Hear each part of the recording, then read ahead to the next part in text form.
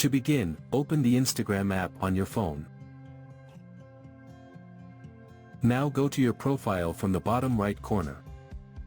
Then tap the three lines from the top right corner. Swipe up to scroll down, and find the How Others Can Interact With You section. Then select Limit Interactions. Review your options, then tap Turn On at the bottom. When you turn this on, Instagram will automatically apply default interaction limits to manage who can comment, message, or interact with your content. To customize the default settings, first tap What will be limited. You will see two options. Select the one that fits your preference, to control how strictly Instagram limits interactions on your account.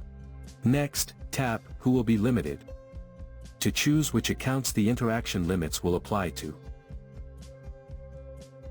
Finally, tap When we will remind you to turn this off, to set a schedule for Instagram to notify you about turning off the interaction limits.